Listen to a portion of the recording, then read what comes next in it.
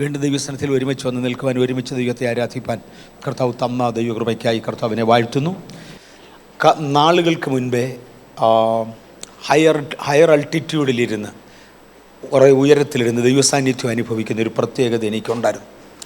ഓരോ പ്രാവശ്യവും ഹയർ അൾട്ടിറ്റ്യൂഡിൽ പോകുമ്പോൾ, അല്ലെങ്കിൽ ഒരു 10 കിലോമീറ്ററിൻ്റെ മുകളിൽ യാത്രകൾക്ക് വേണ്ടി പോകുമ്പോൾ, ആ അന്തരീക്ഷത്തിലിരുന്ന് ദൈവശബ്ദം കേൾക്കുകയും ദൈവസാന്നിധ്യം അനുഭവിക്കുകയും ഒരു പതിവായിരുന്നു.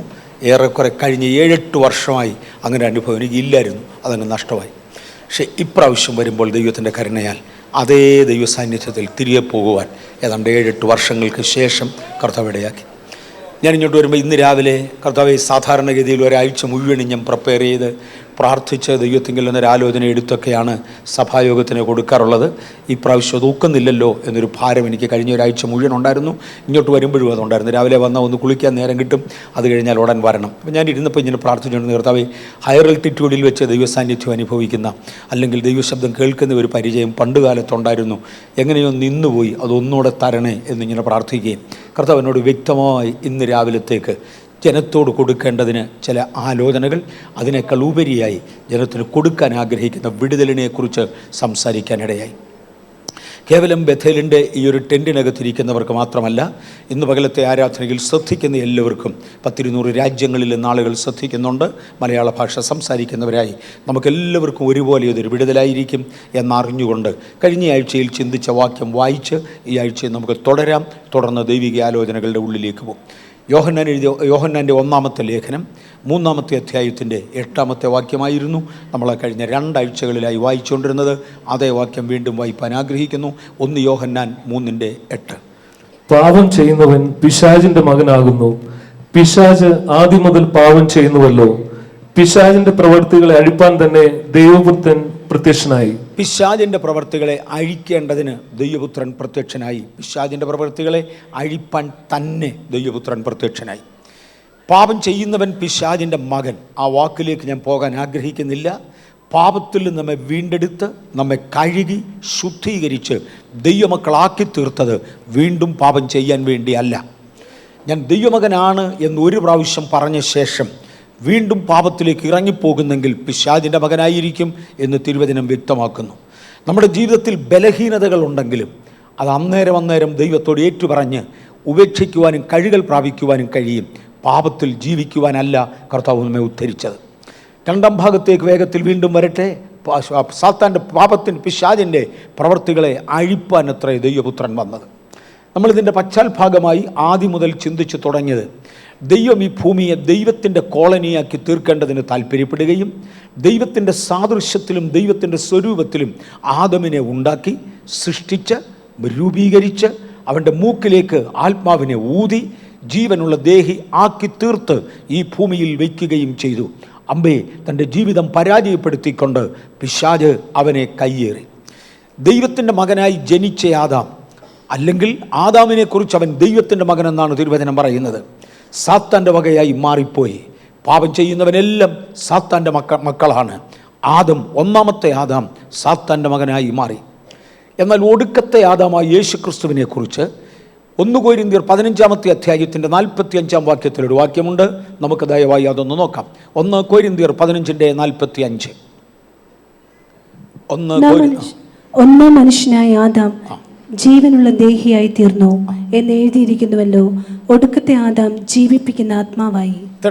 1-ാമത്തെ ആദാം, അല്ലെങ്കിൽ മണ്ണുകൊണ്ട് ശരീരം സൃഷ്ടിക്കപ്പെട്ടവനായ ആദാം, ആദിമനുഷ്യനായ ആദാം ജീവനുള്ള ദേഹി ആയിത്തീർന്നെങ്കിലും തൻ്റെ ജീവിതത്തിൽ വീണുപോകുകയും സാത്താൻ്റെ മകനായി മാറുകയും ചെയ്തപ്പോൾ ഒടുക്കത്തെ ആദാമായ യേശുവിനെക്കുറിച്ചും ജഡം ആത്മാവ് 2 ഘടകങ്ങൾ ഒരുമിച്ച് ചേർന്ന മറിയാമിൽ നിന്ന് വചനം ജഡമായി ഉരുത്തിരിഞ്ഞ് പുറത്തു വന്ന് അത്യുന്നതൻ്റെ ശക്തി നിന്റെ മേൽ നിഴലിടുമെന്ന് മറിയാമിനോടുള്ള വാഗ്ദത്ത പ്രകാരം അത്യുന്നതനായ ദൈവത്തിൻ്റെ ആത്മാവിനെ പ്രാപിച്ച്, ആത്മാവിനാൽ ജനിച്ച്, ആത്മാവിൽ ബലപ്പെട്ട്, ആത്മാവിൻ്റെ അഭിഷേകം പ്രാപിച്ച്, ആത്മാവിൻ്റെ ശക്തിയോടെ നടന്ന യേശുവും പരിശുദ്ധാത്മാവുമായുള്ള അനേക ബന്ധങ്ങളാണ് ഞാൻ എടുക്കുന്നത്.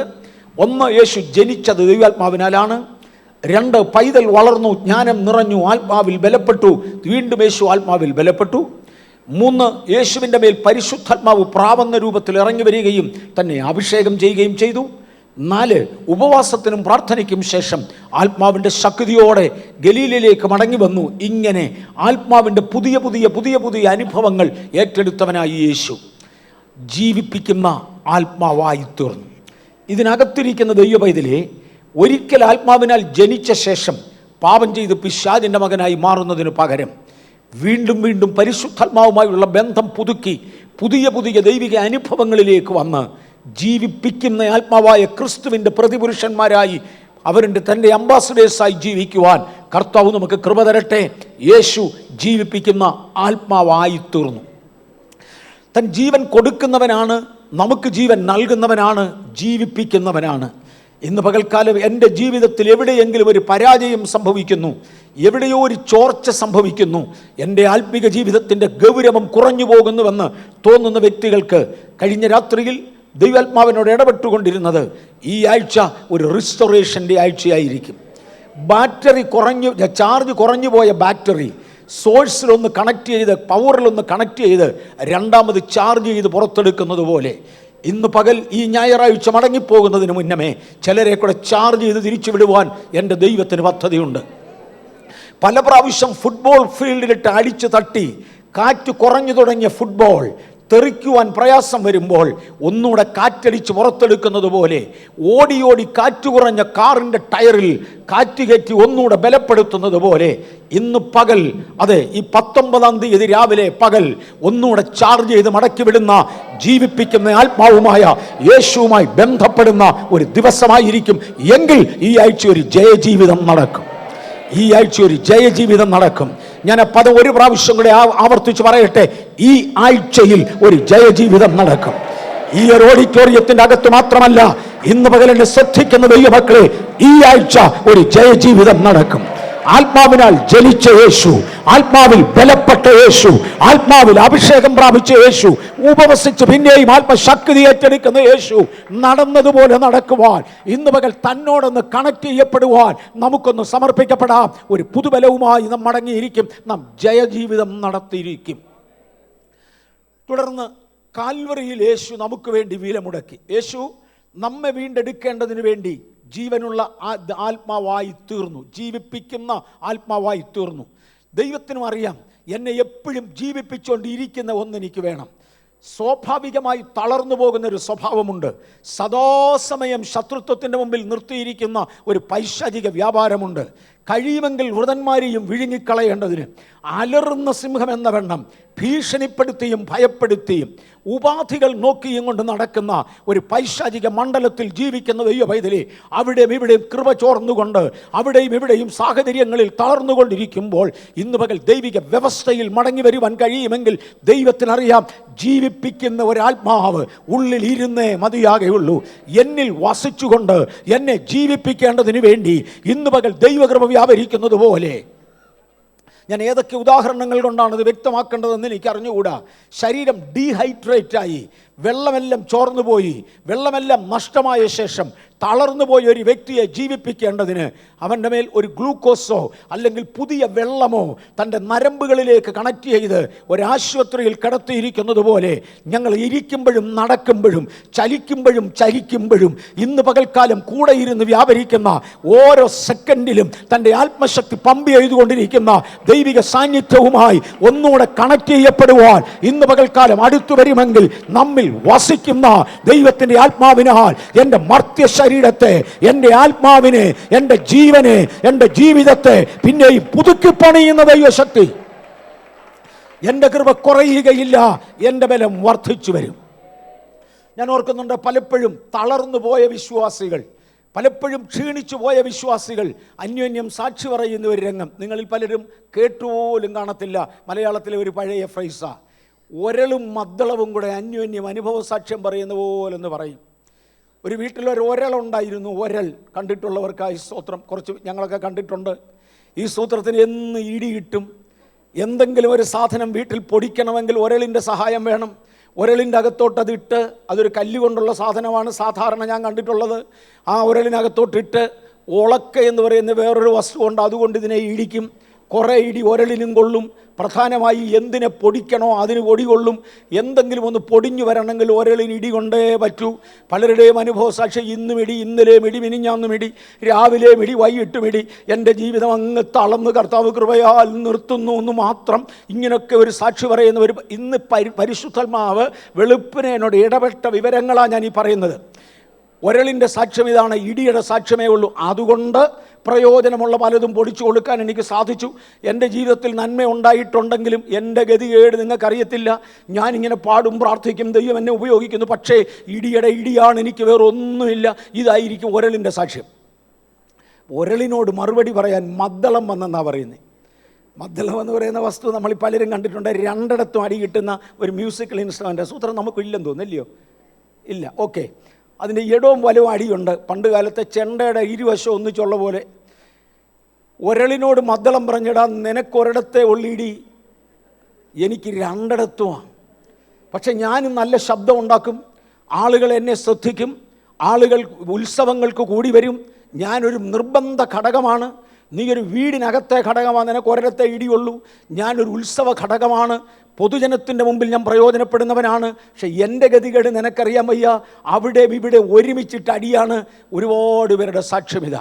ഇന്ന് വെളുപ്പിനെ പരിശുദ്ധാത്മാവിനോട് ഇടപെട്ടത്, ഒരളും മദ്ദളവും കൂടെ സാക്ഷി പറഞ്ഞ് കരയുന്നത് പോലെ കരഞ്ഞു നടക്കുന്ന ചിലതിനെയല്ല, ജയത്തിൻ്റെ ഉത്സവത്തോടെ.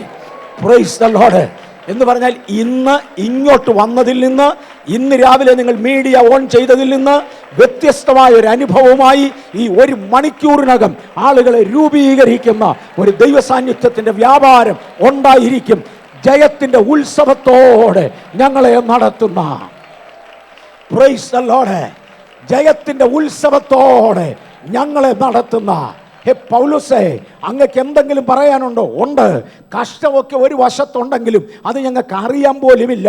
പക്ഷെ ഞങ്ങൾ നോക്കുമ്പോൾ ജാതികൾ ദൈവത്തിങ്കിലേക്ക് വേർതിരിയുന്നു, രാജാക്കന്മാർ ഇളകി വരുന്നു, ജാതികൾ ദൈവത്തിന്റെ മഹത്വം കാണുന്നു, രോഗികൾ വിടുവിക്കപ്പെടുന്നു, ഭൂതങ്ങൾ അലറി ഓടുന്നു, ദേശങ്ങൾ പിടിക്കപ്പെടുന്നു.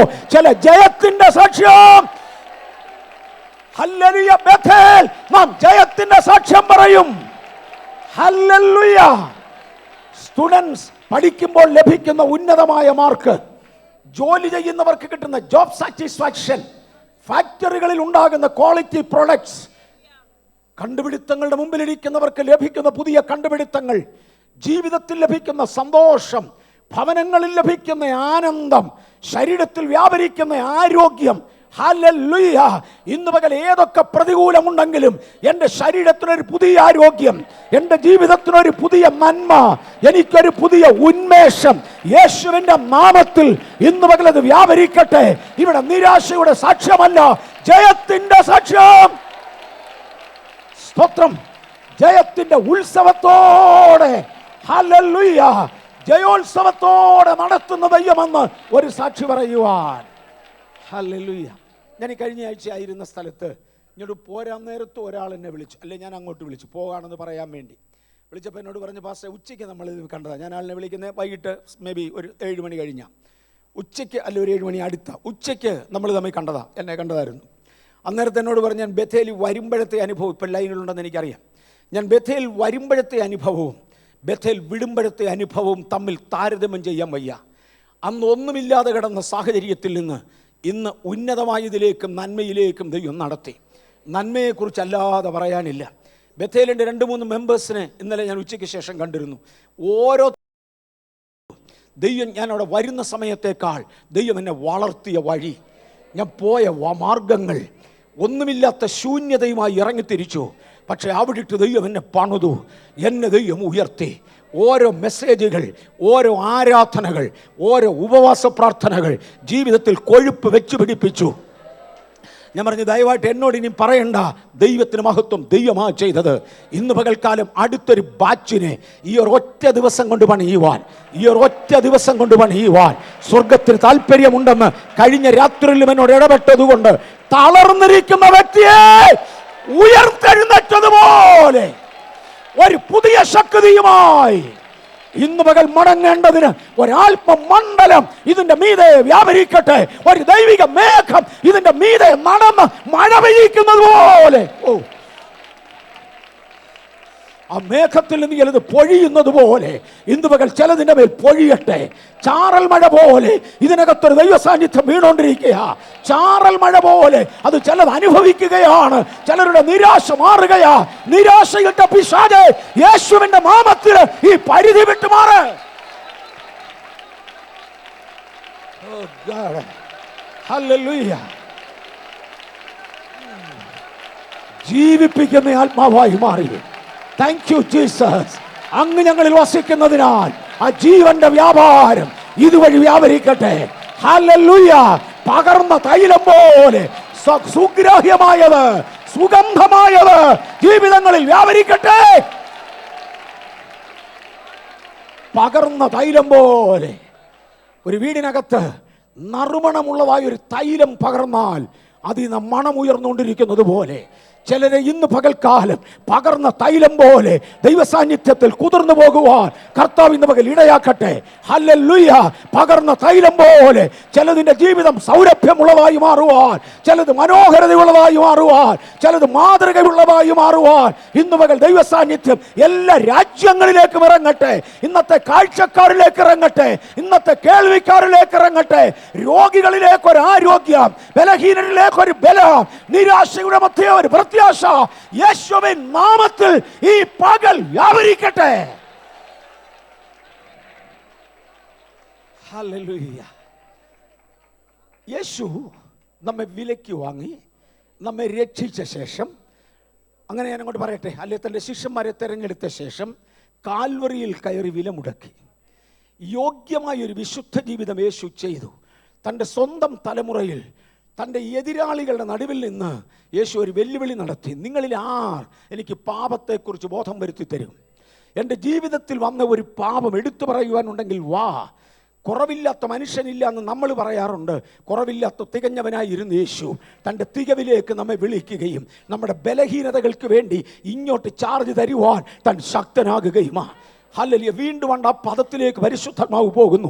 ചാർജ് പോയ ബാറ്ററി പോലെ, കാറ്റുപോയ ഫുട്ബോൾ പോലെ, ചൊട്ടിത്തുടങ്ങിയ ബലൂണ് പോലെ ഇന്ന് ചൊക്കിക്കൊണ്ടിരിക്കുന്നവരെ നഷ്ടമായതിനെ തിരികെ പിടിക്കുവാൻ നാളത്തേക്ക് വെയിറ്റ് ചെയ്യണ്ട.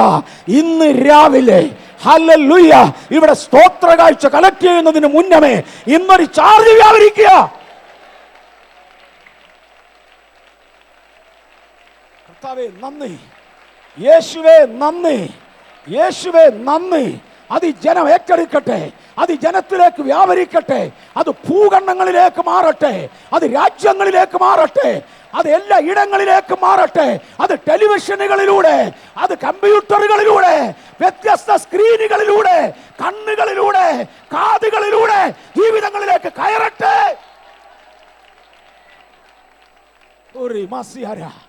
പിശാചേ, ദൈവജനത്തെ നിന്ദിച്ച പിശാചേ, അവരെ നിരാശപ്പെടുത്തിയ പിശാചേ, ഞങ്ങൾ ഒരാളല്ല, മദ്ദളമല്ല, ഞങ്ങൾ വിജയികളാ, ജയാളികളാ, ജയാളികളാ, ജയാളികളാ.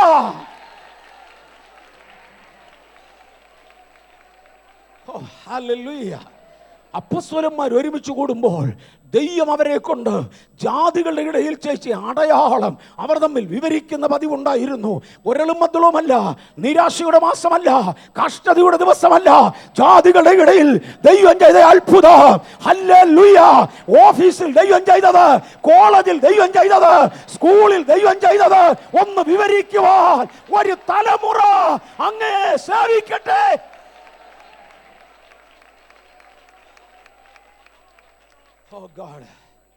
കൊലോസ്യ ലേഖനം 2-ാം അധ്യായത്തിന്റെ 14-15 വാക്യം ദയവായി ഒന്നുകൂടെ വായിക്കാം. കൊലോസ്യർ 2:14-15.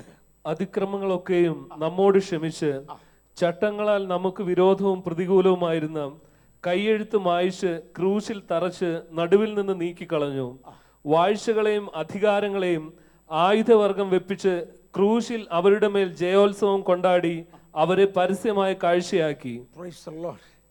ക്രൂശിൽ യേശു ചെയ്ത കാര്യങ്ങളെക്കുറിച്ച് പൗലൂസിൻ്റെ ആ ഹെവി വെക്കാബുലറിയിൽ, തൻ്റെ ആ റിച്ച് ലാംഗ്വേജിൽ, ഭാഷയിൽ, പരിശുദ്ധാത്മാവ് തനിക്ക് കൊടുത്ത ബലത്തിൽ, ശക്തിയിൽ നമ്മളെ താൻ എഴുതി അറിയിക്കുന്ന ഭാഗമാണിത്. ക്രൂശിൽ എന്തൊക്കെ ചെയ്തു?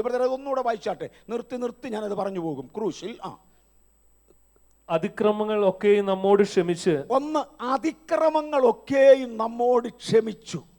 അത് ദൈവത്തിൻ്റെ വലിയൊരു പ്രത്യേകതയാണ്. അതിക്രമം ചെയ്തവരെ, അതിക്രമക്കാരെന്ന് ലോകം വിളിച്ചവരെ, അതിക്രമക്കാരോടുകൂടെ ക്രിസ്തുവിനെ എണ്ണുവാൻ, എൻ്റെ അതിക്രമം തൻ്റെ മേൽ ഏറ്റെടുക്കുവാൻ, തൻ്റെ മേൽ ചുമത്തുവാൻ പിതാവ് തീരുമാനിച്ചു, ഏറ്റെടുക്കുവാൻ യേശു തീരുമാനിച്ചു. ഞാൻ അതിക്രമം ചെയ്തവനാണ്, ഇന്നെന്നെ അതിൽ കണക്കിടുന്നില്ല. ഞാൻ യേശുവിൻ്റെ അടുക്കൽ വന്നതോടുകൂടെ, ഞങ്ങൾ തമ്മിലൊരു ബന്ധത്തിൽ ഏർപ്പെട്ടതോടുകൂടെ, അപ്പനും മക്കളും എന്ന ബന്ധത്തിൽ നാം വന്നതോടുകൂടെ എൻ്റെ മേലുള്ള അതിക്രമം യേശു ഏറ്റെടുത്തു. അതിക്രമക്കാരോടുകൂടെ എണ്ണപ്പെട്ടു. അതിക്രമങ്ങളൊക്കെയും നമ്മോട് ക്ഷമിച്ചു തന്ന, മോചിച്ചു തന്ന ദൈവകൃപ കാൽവറിയിൽ പ്രദർശമായി. യേശു തൻ്റെ സ്വന്തം പിതാവിനെ പിതാവേ എന്ന് വിളിക്കാതെ വണ്ണം, എൻ്റെ ദൈവമേ, എൻ്റെ ദൈവമേ അങ്ങനെ കൈവിട്ടതെന്തെന്ന് കാൽവറിയിൽ ഒരൊറ്റ വിളി വിളിക്കുമ്പോൾ, ഇതിനകത്തിരിക്കുന്ന അതിക്രമക്കാരെ നമ്മുടെ അതിക്രമത്തിന് വേണ്ടിയാണ് യേശു ആ വിളി വിളിച്ചത്. തൻ്റെ തലയിൽ മുൾക്കിരീടം ആഞ്ഞടിച്ചത്, തൻ്റെ ശരീരം മുഴുവനും അടിയേറ്റത്, തൻ്റെ മുഖം തുപ്പലിനും നിന്നയ്ക്കും വേണ്ടി വിട്ടുകൊടുത്തത്, മുഖത്തെ രോമമൊക്കെ ജീവനോടെ പറിച്ചെടുത്തത് എൻ്റെ അതിക്രമത്തിന് പ്രായശ്ചിത്തം വരുത്തുവാനായിരുന്നെങ്കിൽ, പിശാചേ, ഇനി ഞാൻ അതിക്രമക്കാരിയല്ല, ഇനി ഞാൻ അതിക്രമക്കാരനല്ല, ഞാൻ ദൈവ പൈതല. കാൺമീൻ, നാം ദൈവമക്കളെന്ന് വിളിക്കപ്പെടേണ്ടതിന് പിതാവ് ഇത്ര വലിയ സ്നേഹം എനിക്ക് വേണ്ടി നൽകി തന്നു. ഏകജാതനെ ആദരിയാതെ കാൽവറിയിൽ എനിക്ക് വേണ്ടി ഏൽപ്പിച്ചു തന്നവൻ അതോടുകൂടെ ഒന്നും തരാതിരിക്കയില്ല. സ്വർഗത്തിന്റെ കവാടങ്ങൾ തുറക്കുന്ന താക്കോൽ യേശുവിന്റെ കാൽവറിയാ. അതിക്രമങ്ങളൊക്കെ നമ്മോട് ക്ഷമിച്ച, പിന്നെ ചട്ടങ്ങളാൽ നമുക്ക് വിരോധവും പ്രതികൂലവുമായിരുന്ന, ചട്ടങ്ങളാൽ നമുക്ക് വിരോധവും പ്രതികൂലവുമായിരുന്ന, നിയമങ്ങളാൽ നമുക്ക് വിരോധവും പ്രതികൂലവുമായിരുന്ന ഒരൊറ്റ നിയമവും കർത്താവ് മാറ്റിയില്ല. പകരം നിയമങ്ങളാൽ നമുക്ക് വിരോധവും പ്രതികൂലവുമായിരുന്ന കൈയെഴുത്തല്ലേ, വായിച്ചോ. ചട്ടങ്ങളാൽ നമുക്ക് വിരോധവും പ്രതികൂലവുമായിരുന്ന കൈയെഴുത്ത് മായിച്ചു. കൈയെഴുത്ത് മായിച്ചു. കഴിഞ്ഞ ദിവസം ഒരു കർത്താവിന്റെ ദാസൻ അതിനെക്കുറിച്ച് എഴുതിയിരിക്കുന്ന ഭാഗം ഞാൻ ഇവിടെ ഒന്ന് തൊട്ടു. കൈയെഴുത്ത് എന്ന മലയാളത്തിലേക്ക് തർജ്ജമ ചെയ്തിരിക്കുന്ന ഭാഗം ഗ്രീക്ക് ഭാഷയിൽ കെയ്റോ എന്ന വാക്കാണ് ഉപയോഗിച്ചിരിക്കുന്നത്. കെയ്റോ. ആ വാക്കിൻ്റെ അർത്ഥം കുലയ്ക്ക് വേണ്ടിയുള്ള ഉത്തരവെന്ന. പണ്ടുകാലങ്ങളിലെ പട്ടാള ഉദ്യോഗസ്ഥന്മാർക്ക് അവരിലൊരുത്തനെ പറയപ്പെടാത്ത കാരണത്തിന് വേണ്ടി കൊന്നുകളയാൻ രാജാവ് തീരുമാനിച്ചാൽ ആ പട്ടാളക്കാരനെ ഇങ്ങോട്ട് വിളിച്ചേച്ച് അവൻ്റെ കയ്യിൽ ഒരു എഴുത്ത് കൊടുക്കും. നീ ഇതുകൊണ്ട് പട്ടാള കമാൻഡർക്ക് കൊടുത്തേക്കാൻ പറയും. പട്ടാള കമാൻഡർക്ക് വേണ്ടി കൊടുത്തയക്കുന്ന ഒരു സന്ദേശമാണ്. ഒരുപക്ഷേ എനിക്ക് നന്മയായിരിക്കാം എന്നൊക്കെ കരുതി ഈ പട്ടാളക്കാരൻ അതവിടെ കൊടുക്കുമ്പോൾ യുദ്ധത്തിൻ്റെ ഏറ്റവും പ്രയാസമുള്ള ഭാഗത്തേക്ക് അവനെ മാറ്റി നിർത്തി വെട്ടുകൊണ്ട് ചാകേണ്ടതിന് അവനെ വിട്ടേക്കാൻ പറയുന്ന എഴുത്തായിരിക്കും അത്. കെയ്റോ എന്നതിനെ വിളിക്കും. കൊലപാതകനായ വ്യക്തിയെ ഇന്നയാണ്ട് ഇന്ന മാസം ഇത്രാം തീയതി തൂക്കിലിടാൻ വിധിച്ചിരിക്കുന്നുവെന്ന് ജഡ്ജി എഴുതിയ ആ വിധിയെയും കെയ്റോ എന്നാണ് വിളിക്കുന്നത്. എൻ്റെയും നിങ്ങളുടെയും മേൽ ഒരു കുലവിധി, ഒരു മരണവിധി പ്രഖ്യാപിക്കപ്പെട്ടിരുന്നു. പാപത്തിൻ്റെ ശമ്പളം മരണം, അതായിരുന്നു കുലവിധി. ഇതിനകത്തിരിക്കുന്നതിൽ ചിലര് എൻ്റെ വിധി ഇന്നതാണ്, എനിക്കിതിലധികമില്ല, ഞാൻ ഇവിടം കൊണ്ട് തകർന്നു തീരുമെന്ന് പറയുമ്പോൾ ഇന്ന് പകൽ കെയ്റോ തിരുത്തുവാൻ ചട്ടങ്ങളാൽ നിയമങ്ങളാൽ പ്രതികൂലവും വിരോധവുമായ ആ കൈയെഴുത്ത് ഉയർന്നിരുന്ന ഇടത്ത് എൻ്റെ യേശു കാൽവറിയിൽ കയറി. ഞാൻ സാധാരണ പറയാറുണ്ട്, ആ കൈയെഴുത്ത് യേശു മായ്ച്ചു കളഞ്ഞു. വായിച്ചാട്ട് വിടുതറേ. ക്രൂശിൽ തറച്ചു, അതിനെ മായിച്ചു, ക്രൂശിൽ തറച്ചു, പിന്നെ നടുവിൽ നിന്ന് നീക്കിക്കളഞ്ഞു. എനിക്കും ദൈവത്തിനും നടുവിൽ നിന്ന് അതിനെ നീക്കിക്കളഞ്ഞു. ഞാൻ പല ആവർത്തി ഇവിടെ വിശദീകരിച്ചിട്ടുണ്ട്.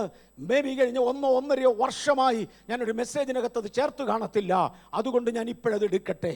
എനിക്ക് വിരോധവും പ്രതികൂലവുമായ ഒരുപാട് കാര്യങ്ങൾ എഴുതി വെച്ചിട്ടുണ്ട്.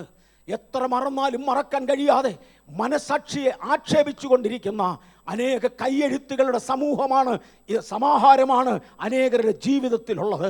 പരാജയപ്പെട്ട ഇടങ്ങൾ, ഒരളും മദ്ദളവും പറയുന്നത് പോലെ അടികൊണ്ട് നിന്ദിക്കപ്പെട്ട ഇടങ്ങൾ, തകർന്നു പോകുന്ന ഇടങ്ങൾ, വളരുവാൻ കഴിയാത്ത ഇടങ്ങൾ, തകർച്ചയിൽ കിടക്കുന്ന ഇടങ്ങൾ, എനിക്ക് വരാൻ പോകുന്ന ശിക്ഷ, എൻ്റെ ജീവിതത്തിൻ്റെ നഷ്ടം, ഞാൻ ചെയ്തു പോയ തെറ്റ്, എൻ്റെ കയ്യിൽ പറ്റിയ അപരാധം എന്നിങ്ങനെ ഓരോന്നോരോന്ന് ഓർത്തുകൊണ്ടിരിക്കുന്നത് എല്ലാം ദൈവം എഴുതി വെച്ചിട്ടുണ്ട്. മറക്കരുത്, സകലതും എഴുതി വെച്ചിരിക്കുക. ഞാൻ ആ ഭാഗങ്ങളിൽ ബൈബിൾ സ്റ്റഡിയുടെ ആഴങ്ങളിലേക്ക് ഇറങ്ങി വരുന്ന ഒരു സമയമുണ്ട്. സ്തോത്രം. ഇതെല്ലാം എല്ലാം എല്ലാം എല്ലാം എഴുതി വെച്ചിരിക്കുക. എന്നാൽ യേശു ചെയ്തത് എന്നാണെന്നറിയാമോ? കാൽവറിയിൽ തൻ്റെ കൈകളിലേക്ക് ആണി അടിച്ചപ്പോൾ ആണിപ്പഴുതിലൂടെ ഒഴുകിയ തൻ്റെ തൃക്കരം കൊണ്ട് എനിക്ക് വിരോധമായിരുന്ന കെയ്റോ യേശു അങ്ങ് മായിച്ചു. Praise the Lord. ഇത് യേശു അങ്ങ് മായിച്ചു. ഇന്ന് പകൽക്കാലം എന്തിനാണ് യേശുവിൻ്റെ കയ്യിൽ നിന്ന് രക്തമൊഴുകിയത്? എനിക്ക് വിരോധമായ കുലവിധിയെ മായിക്കുവാൻ. പിശാചേ, ഇനി നിനക്കത് കാണാൻ കഴിയാതെ, ഇനി നിനക്കത് വായിക്കാൻ കഴിയാതെ ഈ കുലവിധിയെ മായിക്കുവാൻ എൻ്റെ യേശു ഇത് ചെയ്തതാ. ഇവിടെ ബഥേൽ എന്ന് എഴുതിയ നമ്മുടെ ഒരു ലോഗോ ഇവിടെയുണ്ട്. ആരെങ്കിലും ഒരാൾ ഇത് വായിക്കാൻ കഴിയാതെ വണ്ണം ഇതിൻ്റെ മേളിൽ അങ്ങ് പെയിൻറ് ചെയ്താൽ നാളെ ഇതുവഴി വരുന്ന ആൾ പറയും, അണ്ട് അവിടെയാണ് ബഥേൽ എന്ന് എഴുതിയിരുന്നത്, അതങ്ങ് മായിച്ചെന്നേ ഉള്ളൂ. സംഗതി കാണുന്ന ഉടനെ ഓർമ്മ വരും. അത് തിരിച്ചാരും ഓർക്കാതിരിക്കാൻ നടുവിൽ നിന്നത് എടുത്തങ്ങ് മാറ്റി. യേശു ചെയ്ത ക്രിയകൾ: 1, എനിക്ക് വിരോധവും പ്രതികൂലമായ കൈയെഴുത്തങ്ങ് മായിച്ചു. 2, മായിച്ചെങ്കിലും കാണുന്നവൻ ഓർമ്മ വരും. അത് വരാതിരിക്കേണ്ടതിന് നടുവിൽ, എനിക്കും ദൈവത്തിനും നടുവിൽ നിന്നങ്ങ് മാറ്റി. എങ്കിലും ന്യായാധിപൻ ഇത് ഓർമ്മ കാണും. ദൈവത്തിൻ്റെ ദൃഷ്ടിയിൽ നിന്ന് ഇത് മറക്കത്തില്ല, ദൈവത്തിൻ്റെ ഓർമ്മയിൽ നിന്ന് മാറത്തില്ല. ദൈവത്തിൻ്റെ ഓർമ്മയിൽ നിന്ന് മാറാത്തതിനാൽ ആ വിധി കൊണ്ടുവന്ന് ക്രൂശിൻ്റെ മേൽ തറച്ചു. ആർക്കെങ്കിലും എന്തെങ്കിലും എതിര് പറയാനുണ്ടെങ്കിൽ ക്രൂശാണ് മറുപടി പറയുന്നത്. പിതാവായ ദൈവം തന്നെ ശിക്ഷിക്കുവാൻ എഴുന്നേറ്റ് വന്നാൽ ക്രൂശാണ് മറുപടി പറയുന്നത്. പിശാച് ക്ലെയിം ചെയ്യാൻ വന്നാൽ ക്രൂശാണ് മറുപടി പറയുന്നത്. നടുവിൽ നിന്ന് നീക്കി ക്രൂശിന്റെ മേൽ തറച്ചു. എനിക്ക് ദൈവത്തോട് നിരപ്പ് തരേണ്ടതിന്. വായിച്ച് കംപ്ലീറ്റ് ചെയ്യാം ആ വാക്യം. വാഴ്ചകളെയും അധികാരങ്ങളെയും ആയുധവർഗം വെപ്പിച്ച്. ഇതിന്റെ മുമ്പിൽ ക്ലെയിം ചെയ്തിരുന്ന വാഴ്ചകൾ ഉണ്ടല്ലോ, ഇതിന്റെ മുമ്പിൽ ക്ലെയിം ചെയ്തിരുന്ന പൈശാചിക വ്യാപാരങ്ങൾ ഉണ്ടല്ലോ, കർത്തൃത്വങ്ങൾ, സിംഹാസനങ്ങൾ, വാഴ്ചകൾ മുതലായത്, ഇതിന്റെ മേൽ അവകാശവാദം പറഞ്ഞുകൊണ്ടിരുന്നത്, അവയെ മിണ്ടാതെയാക്കേണ്ടതിന് ക്രൂശിന്റെ മേൽ ഇതുകൊണ്ട് തറച്ചതിനാൽ വാഴ്ചകളെ കീഴടങ്ങ്, ക്രൂശ് ഞങ്ങൾക്ക് ജയം തന്നു. ഹല്ലേലൂയ. ക്രൂശ് എനിക്ക് ജയം തന്നു. അധികാരങ്ങളെ മിണ്ടാതിരി, ക്രൂശ് എനിക്ക് ജയം തന്നു.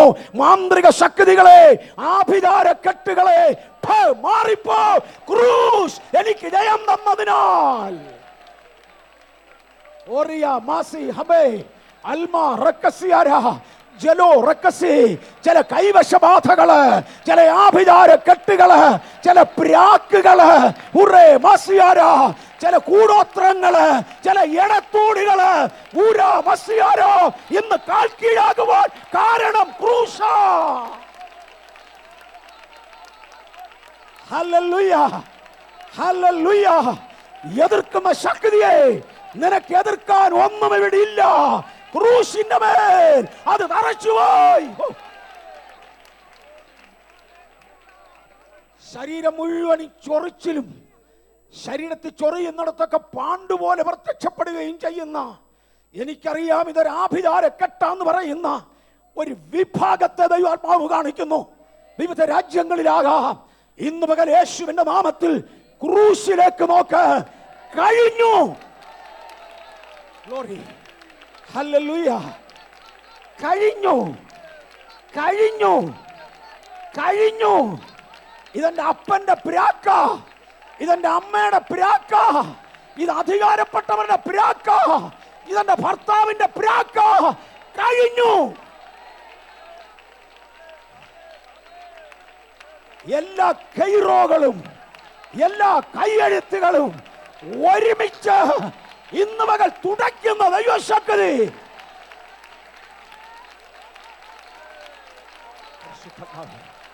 പരിശുദ്ധാത്മാവേ, പരിശുദ്ധ ആത്മാവേ, അതിന് വെളിപ്പാടുകൾ തന്ന് അങ്ങിടപെട്ടതിനൊത്തവണ്ണം ഇന്നിവർ സ്വതന്ത്രരാകട്ടെ.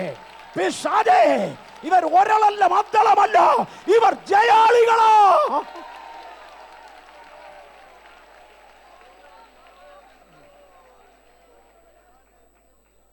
അവയുടെ മേൽ ജയം കൊണ്ടാടി. ഇതുവരെ ജയിച്ചിരുന്ന പുള്ളി അങ്ങ് തോറ്റെന്ന്. ആ ജയം കൊണ്ടാടി എന്ന് പറയുന്ന വാക്ക് ഞാനൊരു പഴയ നിയമ സംഭവത്തിൽ നിന്ന് എടുക്കാം. ഒരു കൊച്ചനെ പിടിച്ച്, ഉദാഹരണമൊക്കെ പറഞ്ഞു വന്നാലേ മനസ്സിലാകത്തുള്ളൂ. പഴയ നിയമത്തിൻ്റെ തത്വം അനുസരിച്ച് ആരെങ്കിലും ഒരാൾ വേറൊരു വ്യക്തിയുടെ കയ്യിൽ നിന്ന് പണം കടം വാങ്ങിയാൽ പറഞ്ഞ അവധിക്ക് കൊടുത്തേ പറ്റുള്ളൂ. പറഞ്ഞ അവധിക്ക് കൊടുത്തിൽ പുതിയ നിയമത്തിലും അങ്ങനെ തന്നെയാണ് കേട്ടോ, ഒരു വ്യത്യാസമില്ല. പറഞ്ഞ അവധിക്ക് കൊടുത്തേ പറ്റൂ. അവിടം വരെ പഴയ നിയമത്തിലും പുതിയ നിയമത്തിലും ഒരുപോലെ. പഴയ നിയമത്തിൽ പറഞ്ഞ അവധിക്ക് കൊടുത്തിട്ടില്ലെങ്കിൽ അവനെയോ അവൻ്റെ മക്കളെയോ കടക്കാർ വന്ന് അടിമകളായി പിടിക്കും. കടം വാങ്ങിച്ച് തിന്നേച്ച് തിരിച്ചു കൊടുക്കാതിരിക്കുന്നൊരു സിസ്റ്റം ഇല്ല, അത് അനുവദനീയമല്ല. അതിന് കോമ്പൻസേറ്റ് ചെയ്യേണ്ടതിന് ഒന്നുകിൽ അവനെ, അല്ലെങ്കിൽ അവൻ്റെ ഭാര്യയെ, ഇല്ലെങ്കിൽ അവൻ്റെ മക്കളെ അടിമകളായി കടക്കാർ പിടിച്ചുകൊണ്ടുപോകും. അവരെ കൊണ്ട് അടിമവേല ചെയ്യിച്ച് അപ്പനോ അമ്മയോ ഉണ്ടാക്കി വെച്ച കടത്തിന് പ്രായശ്ചിത്തം ചെയ്യും. ആ കടം വീടുന്നത് വരെ അവരെ കൊണ്ട് അടിമവേല ചെയ്യിക്കും. അങ്ങനെ അടിമകളായി പിടിച്ചുകൊണ്ട് പോകുന്ന ചില കേസുണ്ട്. വേറെ ചില കേസിൽ കൊടുത്തു വീട്ടാൻ ഒക്കാതെ വരികയാണെങ്കിൽ, ഞാനിപ്പോൾ ഒരാളിനോട് കുറേ കടം വാങ്ങി എനിക്ക് തിരിച്ചു കൊടുക്കാൻ ഒക്കാതെ വരികയാണെങ്കിൽ ഞാൻ തന്നെ പോയി ആ കടം വാങ്ങിയ ആളിൻ്റെ അടുക്കൽ അടിമ പറയും, എനിക്ക് പണം തിരിച്ചു തരാൻ കഴിയാഞ്ഞതുകൊണ്ട് ഇന്നു മുതൽ ഞാൻ നിന്നെ അടിമയായി സേവിച്ചോളാം. എൻ്റെ അടിമ വില, നീ എന്നെ ഒരു അടിമയായി വിലയ്ക്ക് വാങ്ങിയാൽ നീ പറയുന്ന ജോലിയെല്ലാം നിനക്ക് ചെയ്തേ പറ്റുള്ളൂ. അതിന് അടിമയുടെ വില എനിക്ക് തരുന്നത് എൻ്റെ കടമിളയ്ക്കുവാനായി കണക്ക് കൂട്ടണം. ഇങ്ങനെ അടിമവേല ചെയ്തുകൊണ്ടിരിക്കുമ്പോഴാണ് തൻ്റെ യോവേലിൻ്റെ കാഹളം വരുന്നത്. യോവേലിൻ്റെ കാഹള ദിവസം മഹാപുരോഹിതൻ ദേവാലയത്തിൽ നിന്നുകൊണ്ട് എല്ലാവർക്കും കേൾക്കാവുന്ന ഉച്ചത്തിൽ യോവേലിൻ്റെ കാഹളം നീട്ടി ഊതും. യോവേലിൻ്റെ കാഹളം നീട്ടി ഊതുമ്പോൾ അന്ന് വരെ അടിമയായിരുന്ന സകലരും സ്വതന്ത്രമാകുകയാണ്. വേദപുസ്തകത്തിൽ ഇങ്ങനെ ഒരു പദമുണ്ട്, ഞങ്ങളുടെ തോളുകൾ കൊട്ട വിട്ടൊഴിഞ്ഞു, ഞങ്ങളുടെ കൈകൾ അടിമത്വത്തിൽ നിന്ന് മാറി. അടിമത്വത്തിൻ്റെ ചങ്ങലകൾ പൊട്ടിച്ചുകൊണ്ട് ദൈവിക കാഹളം ഊതപ്പെട്ടു. ഞാനൊരു വലിയ ചുമടെടുത്ത് എൻ്റെ തലയെ വെച്ച് എൻ്റെ യജമാനനെ സേവിക്കുവാൻ അടിമയായി ചുമടും കൊണ്ട് പോകുമ്പോൾ വഴിയിൽ വെച്ച് ഞാൻ ആ കാഹളം കേട്ടാൽ എനിക്കൊരു റൈറ്റ് ഉണ്ട്, ചുമട് തറയിലോട്ടിട്ടേച്ച് അതിൻ്റെ മുകളിലോട്ട് കയറി നിന്ന് പറയാം, ഞാൻ സ്വതന്ത്രനായി. എന്നെ സ്വതന്ത്രനാക്കുവാൻ, ചിലരെ കൂടെ സ്വതന്ത്രരാക്കുവാൻ, അടിമത്വം പൊട്ടിച്ചു കളയുവാൻ, വീണ്ടെടുപ്പ് പ്രഖ്യാപിക്കുവാൻ, വാഴ്ചകളെ, അധികാരങ്ങളെ, നിങ്ങൾ ക്ലെയിം ചെയ്തിരുന്ന അടിമത്വത്തിൽ നിന്ന് യേശുവിനെ വിലയ്ക്ക് വാങ്ങിയതിനാൽ നിങ്ങളുടെ ആയുധവർഗം താഴെ പോയി, ഞാൻ സ്വതന്ത്രനായി മാറി. ഇന്നലെ വരെ ബുദ്ധിമുട്ടിച്ച ആ കടഭാരങ്ങള്, ഇന്നലെ വരെ തകർത്തുകൊണ്ടിരുന്ന ആ ചിന്താഗതികള് എൻ്റെ കാൽക്കീഴയാക്കിക്കൊണ്ട് എന്നെ അതിൻ്റെ മുകളിൽ കയറ്റിയ ദൈവകൃപയുടെ വലിപ്പത്തിനായി ഞാൻ എൻ്റെ ദൈവത്തെ സ്തുതിക്കുന്നു. വാഴ്ചകളെ, നമ്മൾ ഈ പിശാച് എന്ന് പറയുമ്പോൾ ചെറിയ പുള്ളിയെ ഓർമ്മ വരുന്നത്. ബൈബിൾ തുടർന്നത് ചെറിയ പുള്ളിയെ ഒന്നും അല്ല. വാഴ്ചകളെ, അധികാരങ്ങളെ, സിംഹാസനങ്ങളെ, കർത്തൃത്വങ്ങളെ, കർത്താക്കന്മാരുടെ കർത്താവ്, രാജാക്കന്മാരുടെ രാജാവ്, ദേവന്മാരുടെ ദൈവം യേശു വില മുടക്കിയതിനാൽ ഹല്ലേലൂയ, ആ സ്വാതന്ത്ര്യം കർത്താവ് ഇന്ന് വിളിച്ചു പറഞ്ഞതിനായി സ്തോത്രം. ഗലാത്യ ലേഖനം 3:14 കൂടെ ഒന്ന് വായിച്ചാട്ടെ. ഗലാത്യർ 3:14.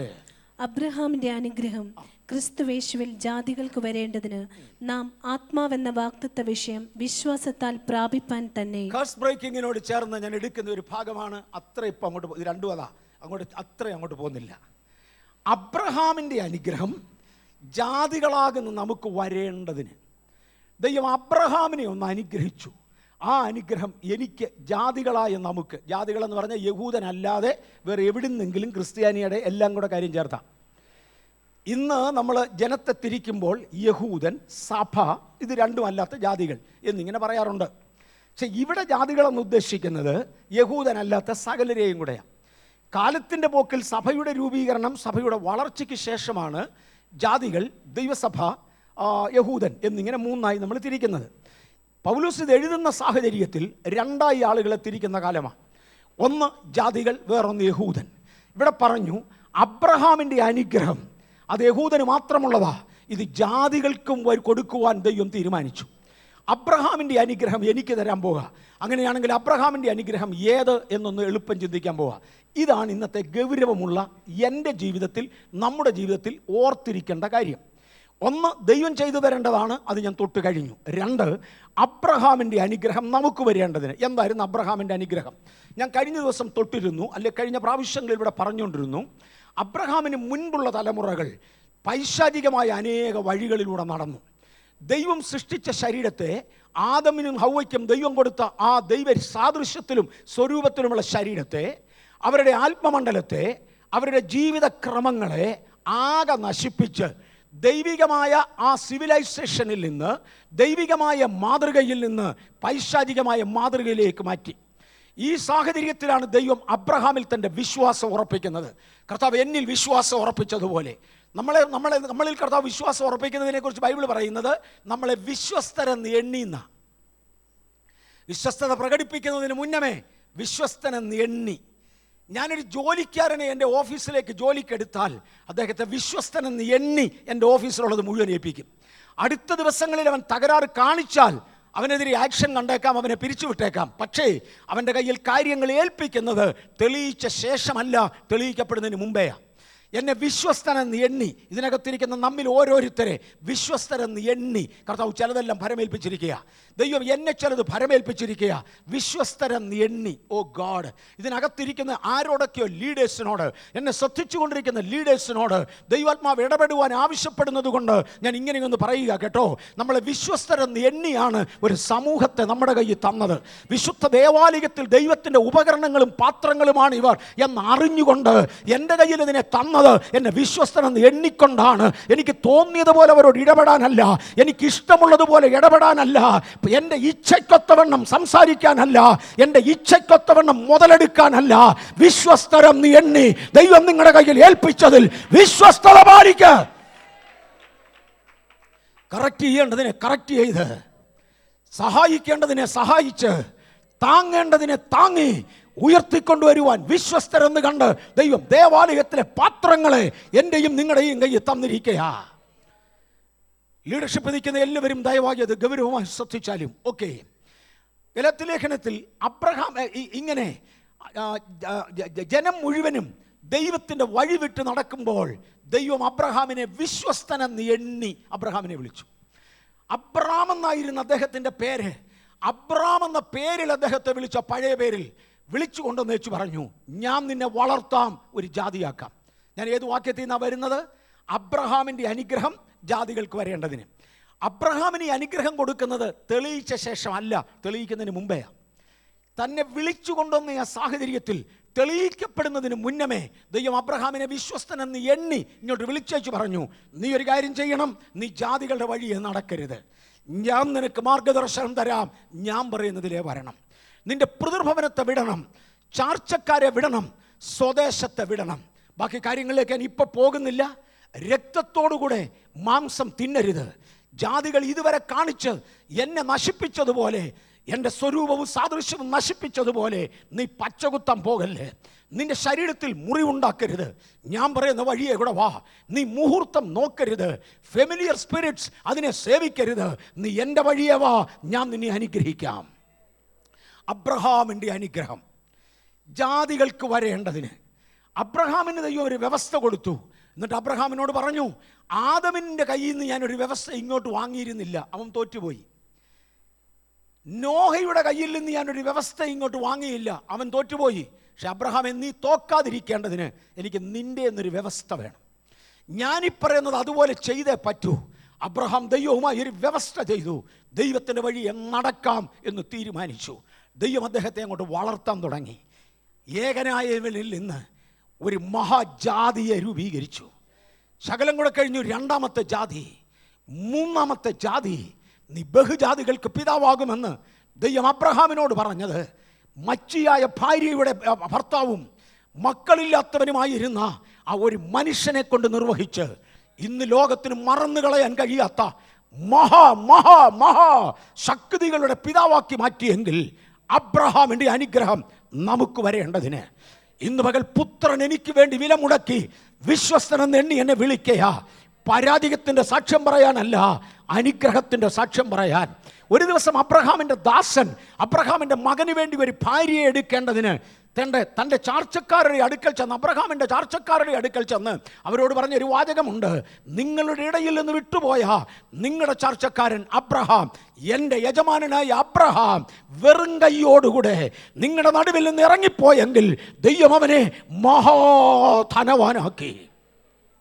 ആടുമാടുകൾ, ഒട്ടകങ്ങൾ, പെൺകഴുതകൾ വേണ്ട, സകലതിലും ദൈവം അവനെ മാനിച്ചു.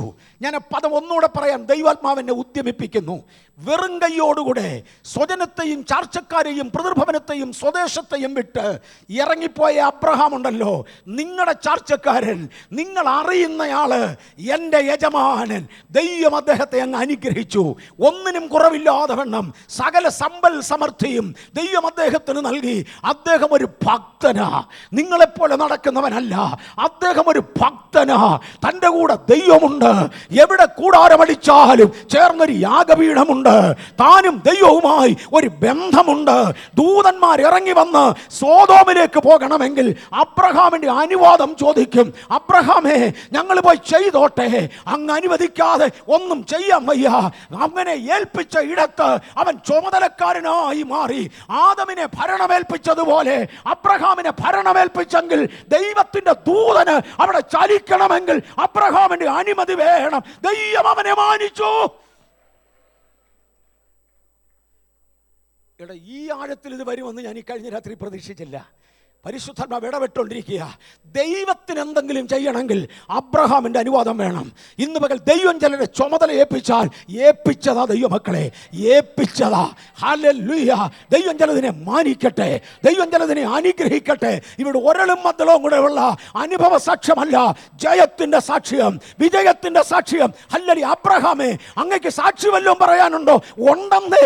ദൈവദൂതന്മാർ ന്യായവിധിക്കിറങ്ങിയാൽ വന്ന് അനുവാദം ചോദിക്കും. ഹല്ലേലൂയ. നമ്മി പലർക്കും പറയാൻ കാണും, അടുക്കളയിലിരുന്നതെല്ലാം ഉറുമ്പ് തിന്നുകൊണ്ട് പോയി വേണ്ടാത്ത നേരത്ത്. വേറെ ചിലർക്ക് പറയാൻ കാണും, പട്ടി കയറി കൊണ്ടുപോയി. ഞങ്ങളങ്ങ് വരുന്ന അതിഥികൾ കാക്കയും പട്ടിയും ഒക്കെ ഉൾപ്പെടെയാ. അബ്രഹാമിനോട് വരും, നിങ്ങളങ്ങോ ദൈവദൂതന്മാർ. പിടികിട്ടുന്നുണ്ടോ? ദൈവദൂതന്മാർ. അയ്യോ, ദൈവദൂതന്മാർ വീടുകളിൽ അതിഥിയായി കയറി വരുവാൻ എന്നെ സ്റ്റാറ്റസാ അബ്രഹാമേ, ഇത് എന്നെ സ്റ്റാറ്റസാ. ഇത് ഞങ്ങളാണെങ്കിൽ ഇവിടെ അപ്പോയിൻമെന്റ് എടുത്താൽ ഒന്ന് പ്രാർത്ഥിക്കാൻ ഒരാളിനെ കാണുന്നത്. ദൂതന്മാർ അങ്ങനെയല്ല, അബ്രഹാമിന്റെ വീട്ടിൽ കയറി വരികയാ. അബ്രഹാമേ, നിന്നെ ഒന്ന് അനുഗ്രഹിച്ചു പോകാൻ നിത്യനായ ദൈവം ഇങ്ങോട്ട് വിട്ടിരിക്കയാ. നീ പേടിക്കണ്ട അബ്രഹാമേ. അങ്ങക്ക് ഭയം തോന്നുന്നുണ്ടോ? കാവൽ തരാൻ ഞങ്ങൾ ഇവിടെ ഉണ്ട്. ഒരുത്തം നിന്നെ തൊടത്തില്ല പകൽ. Hallelujah, hallelujah. ഒരനർത്ഥം നിനക്ക് ഭവിക്കയില്ല, ഒരു ബാധ നിന്റെ കൂടാരത്തിന് അടുക്കയില്ല. പകൽ സൂര്യനാകട്ടെ, രാത്രി ചന്ദ്രനാകട്ടെ, നിന്നെ ബാധിക്കയില്ല. മൽക്കജ സമാരിയ ഹൽബെ റെബോസിയാര ലെമെ റക്കസിയാര ഹൽമ മാറസിയ. ഹല്ലേലൂയ. പകൽ സൂര്യനാകട്ടെ, രാത്രി ചന്ദ്രനാകട്ടെ, നിന്നെ ബാധിക്കയില്ല. എനിക്ക് പരാജയത്തിന്റെ സാക്ഷ്യമല്ല, ജയത്തിന്റെ സാക്ഷ്യം, ജയത്തിന്റെ സാക്ഷ്യം, ജയത്തിന്റെ സാക്ഷ്യം, ജയത്തിന്റെ ഉത്സവത്തോടെ എല്ലായ്പ്പോഴും നടത്തുന്ന ദൈവം.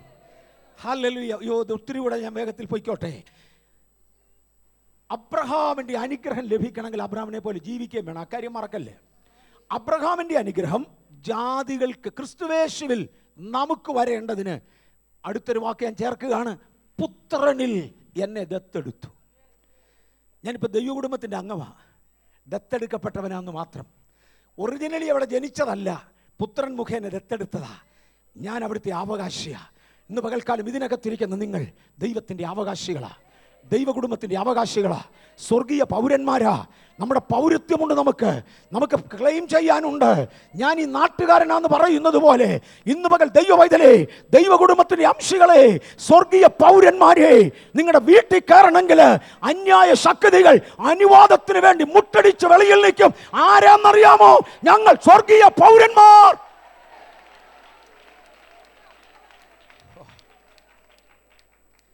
പൗലോസിന്റെ ജീവിതത്തിൽ അദ്ദേഹത്തിന് ഒരു റോമ പൗരത്വം ഉണ്ടായിരുന്നു. റോമ പൗരനായി ജനിച്ചതാ.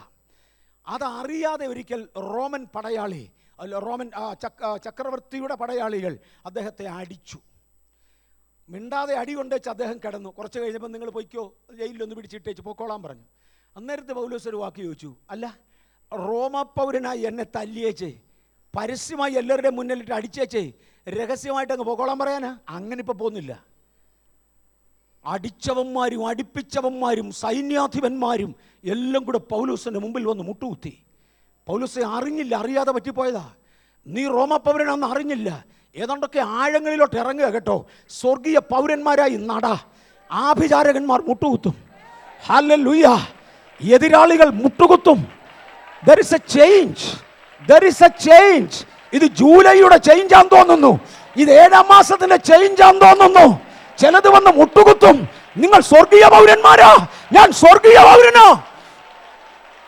ഓ ഹല്ലേലൂയ. യേശുവിന്റെ ചോരയുടെ മുദ്ര എന്റെ മേൽ ഇരിക്കുന്നു. കൈറോ കീറി മാറി ക്രൂശിൽ തറച്ചു.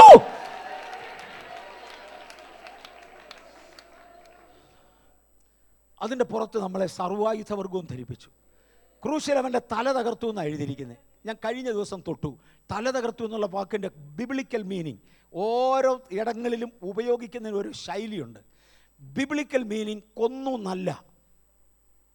അങ്ങനെയാണെങ്കിൽ സാത്താൻ ചത്തുപോയെന്നൊക്കെ വന്നേനെ. നോ, കൊന്നു നല്ല.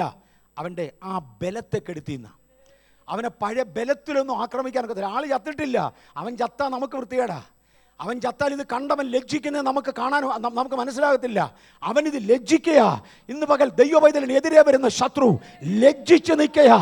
അവൻ ലജ്ജിച്ച് നിൽക്കുക. ശത്രുവിനെയും പകയനെയും മിണ്ടാതെയാക്കേണ്ടതിന് എൻ്റെ നാവിൻ്റെ മേൽ ബലം കൽപ്പിച്ച ദൈവം. ആരുടെ നാവിൻ്റെ മേൽ? ശിശുക്കളുടെയും മുല കുടിക്കുന്നവരുടെയും. വലിയ ഗംഭീരന്മാരുടെ അല്ല, വലിയവരുടെ അല്ല, ചെറിയവരുടെ, ശിശുക്കളുടെയും മുല കുടിക്കുന്നവരുടെയും വായിൽ ഒരു ബലമുണ്ട്.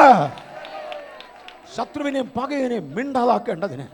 അതുകൊണ്ട് യേശുവിന്റെ നാമത്തിൽ ഇന്ന് പകൽ ദൈവസഭ ദൈവത്തെ സ്തുതിക്കുമ്പോൾ, ഹേ ശത്രുവേ മിണ്ടാതെ പോ.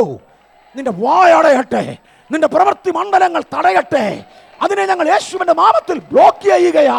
നിന്നെ മിണ്ടാതെയാക്കുവാൻ, നിന്നെ ലജ്ജിപ്പിക്കുവാൻ, നിന്നെ ലജ്ജ കൊണ്ട് മൂടുവാൻ ദൈവജനത്തിന്റെ വായിൽ നിന്ന് ദൈവം ബലം നിയമിച്ചു കഴിഞ്ഞു. ഹല്ലേലൂയ. നമ്മെ സർവായുധവർഗവും ധരിപ്പിച്ചു. വായിക്കുന്നില്ല. എഫെസ് ലേഖനം 6-ാം അധ്യായത്തിൽ കിടപ്പുണ്ട് നമ്മളെ സർവായുധവർഗം ധരിപ്പിച്ചത്. അത് വേറൊരു ദിവസം അങ്ങനെ എടുക്കാം, വല്ല ഉപവാസ പ്രാർത്ഥനയ്ക്ക് മാട്ടെ. അതുകൊണ്ട് ദുർദിവസത്തിൽ എതിർത്ത് നിൽപ്പാൻ കഴിയേണ്ടതിന്, അതുകൊണ്ട് ദുർദിവസത്തിൽ എതിർത്ത് നിൽപ്പാൻ കഴിയേണ്ടതിന്. ഇത് ദുർദിവസമല്ല, ഇത് സന്തോഷത്തിൻ്റെ ദിവസമാണ്. ഇത് ഞായറാഴ്ച രാവിലത്തെ ആരാധനയാണ്. പക്ഷെ ദുർദിവസങ്ങൾ എല്ലാവർക്കും ഉണ്ട്. ബൈബിൾ അത് മറക്കുന്നില്ല. ദുർദിവസങ്ങൾ എല്ലാവർക്കും ഉണ്ട്. ശത്രു ഏതെങ്കിലുമൊക്കെ അവകാശവാദങ്ങൾ പിടിച്ചോണ്ട് വരുന്ന, ഒറ്റയ്ക്കായി പോകുന്ന സാഹചര്യം, ഭീതി വന്ന് അടിക്കുന്ന സാഹചര്യം, തകരുമോ എന്ന് പേടിപ്പെടുന്ന സാഹചര്യം, ദുർദിവസങ്ങൾ വരുമ്പോൾ എതിർത്ത് നിൽക്കേണ്ടതിന്. ഹല്ലേലൂയ. ദുർദിവസം വരുമ്പോൾ ഇന്നലെ പറഞ്ഞത് ക്ഷമിക്കണോ എന്ന് പറയാനല്ല, ഇനി അങ്ങനെ പറയത്തില്ലെന്ന് പറയാനല്ല.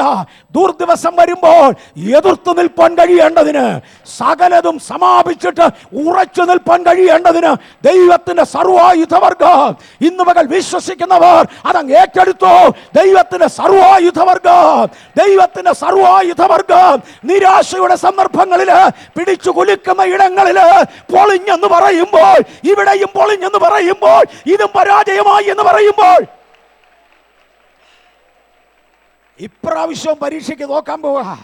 ഇപ്രാവശ്യം മാർക്ക് കിട്ടുന്നില്ല, ഈ അഡ്മിഷനോടെയും എനിക്ക് ജയം ലഭിക്കുന്നില്ല, ഈ പുതിയ വെഞ്ചറിൽ ഞാൻ പരാജയപ്പെടുകയാ എന്ന് പറയുന്ന ദുർദിവസം വരുമ്പോൾ ഇന്നതിനെ നേരിടുന്ന ദൈവവൈതലേ, ഇന്ന് അതിനോട് എതിർത്ത് നിൽക്ക. നില്ലടാ പിശാചേ, അങ്ങനെ അല്ലടാ.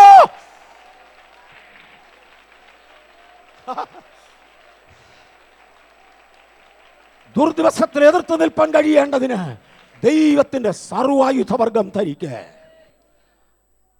ഞാൻ എല്ലാ ആഴ്ചയിലും പള്ളിയിൽ പോകുന്നത് അല്ലെങ്കിലും പോകുമ്പം ഭയങ്കര വിശ്വാസമാണ്. ഇവിടെ മോനെ കുറേ ആയുധം ധരിക്കുന്ന കാര്യമല്ല പറഞ്ഞ്, സർവായുധം.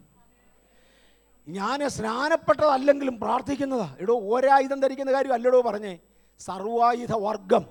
ആ വർഗത്തിൽപ്പെട്ടത് മൊത്തവും ദൈവിക സർവായുധം ധരിച്ചു നില്ല്. ഒരു സാത്താനും അടുക്കാൻ വരത്തില്ല.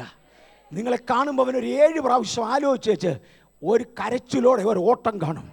ഈ 19-ാം തീയതി യേശുവേ സ്ഥിതി മാറട്ടെ, യേശുവേ സ്ഥിതി മാറട്ടെ. കഴിഞ്ഞ രാത്രിയിൽ ഇടപെട്ട ദൈവമേ, ഈ രാത്രി ഞാൻ ഞങ്ങളുടെ ജനത്തിന് വിളമ്പുക. ഉറമ സക്കനാദിയ ഹൽബജെ റവാസിയ ലേവേ വർത്താസിയ അബ്രഹാമിന്റെ അനുഗ്രഹം, ജാതികൾക്ക് വരേണ്ടതിന് ആത്മാവെന്ന വിശ്വാസ വിഷയം ദൈവം എനിക്ക് നൽകി.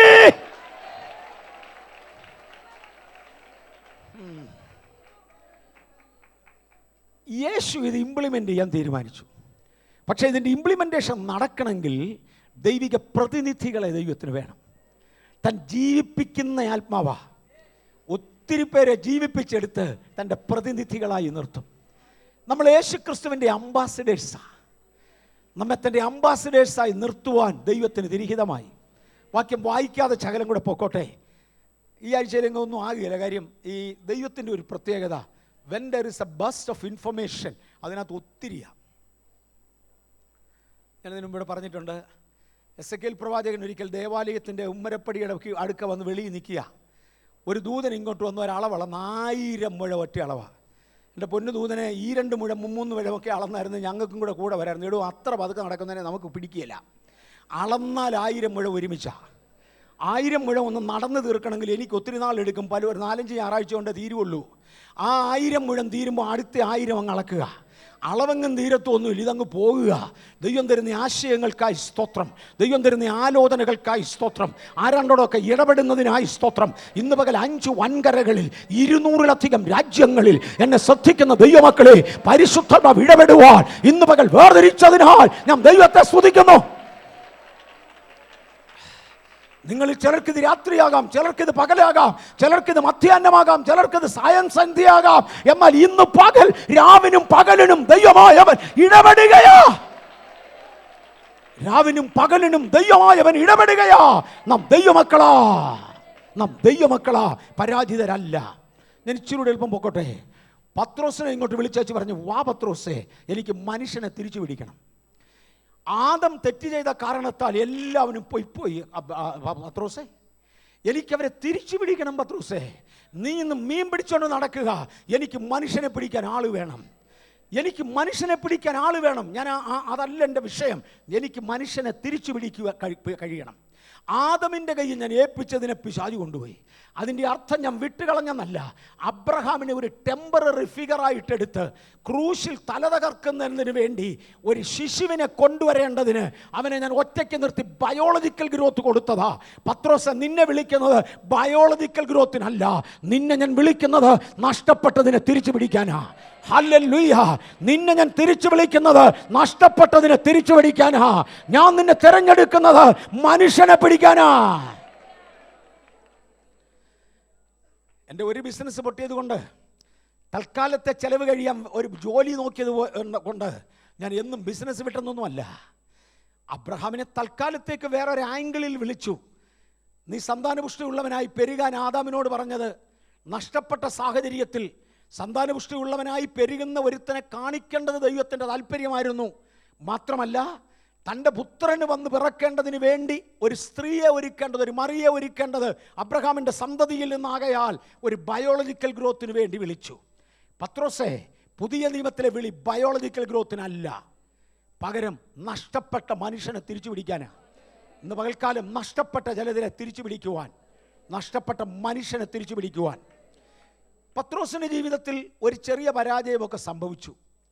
യെരുശലേം വിട്ട് ശമരിയിലും ലോകത്തിൻ്റെ അറ്റത്തോളം പോണമെന്ന് പറഞ്ഞത് കേൾക്കാൻ അദ്ദേഹത്തിന് മനസ്സില്ലാതെ വന്നു. ദൈവം തനിക്കൊരു ദർശനം കൊടുത്തെങ്കിലും അനുസരിച്ചു പോകാൻ തനിക്ക് ഒക്കാതെ വന്നു. കൊർന്നല്യോസിൻ്റെ വീട്ടിൽ വരെ ഒന്ന് പോയേച്ച് പലരുടെ വാക്ക് കേട്ട് മറ്റാരെയും കാണാതെ വണ്ണം അദ്ദേഹം തിരിച്ചു വന്നപ്പോൾ കർത്താവ് പറഞ്ഞു, എൻ്റെ വിളിയുടെ ഉദ്ദേശം പത്രോസിൽ കംപ്ലീറ്റ് ചെയ്തില്ലെങ്കിൽ ഇതിനപ്പുറത്തൊരു പൗലോസിനെ എടുക്കാൻ എനിക്കറിയാം. എൻ്റെ ഉദ്ദേശം നടത്തിയിരിക്കും. നിങ്ങളിലൊരു വ്യക്തി പരാജയപ്പെട്ടാൽ ഞാൻ പരാജയപ്പെടത്തില്ല. നിങ്ങളിലൊരു വ്യക്തി എന്നെ ഫെയിൽ ചെയ്യാൻ നോക്കിയാൽ ഞാൻ ഫെയിലാകത്തില്ല.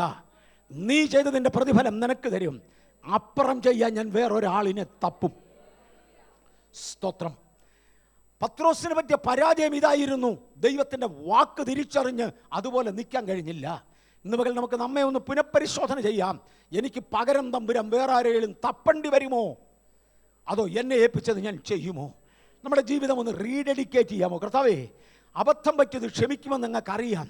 ബലഹീനതകൾ കണക്കിടാത്ത ദൈവമേ, അങ്ങയുടെ പുത്രനെ ഓർത്ത് ക്രൂശിൽ എൻ്റെ അതിക്രമത്തിൻ്റെ പട്ടിക തറച്ചു കഴിഞ്ഞതുകൊണ്ട് യേശുവേ ഞാനൊന്ന് തിരികെ വരികയാ, പിതാവേ ഞാനൊന്ന് തിരികെ വരികയാ, എനിക്കൊന്ന് റിഫ്രഷ് ചെയ്യണം, എൻ്റെ തീരുമാനമൊന്ന് പുതുക്കണം, ഞാൻ അങ്ങയുടെ വഴികൾ ഓടുവാൻ ആഗ്രഹിക്കുകയാ, ഒന്ന് പുതുക്കി പണിയുവാൻ താല്പര്യപ്പെടുമോ? നാം ജയാളികളെക്കാൾ ഉപരിയാ.